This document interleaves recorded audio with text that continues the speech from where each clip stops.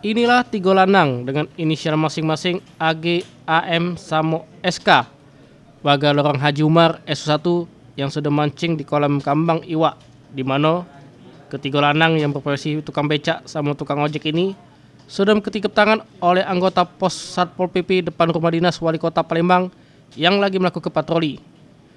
Di mana pas nyalik 3 wong ini lagi mancing, petugas Satpol PP pun langsung melakukan peningkapan.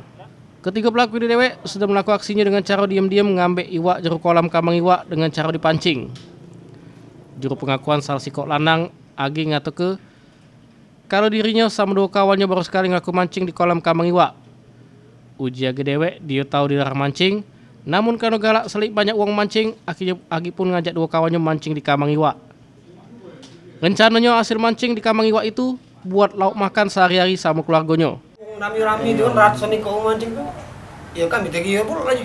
Rami sebelumnya rami. Iya.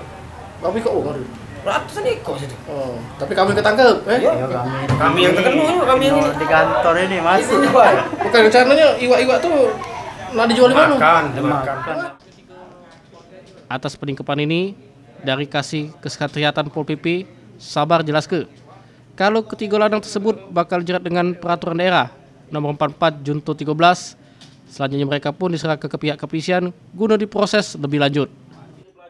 Berdasarkan peraturan perundang-undangan yang berlaku, Perda 44 Junto Perda 13. Jadi dengan adanya ini kami akan amankan di polsek ini.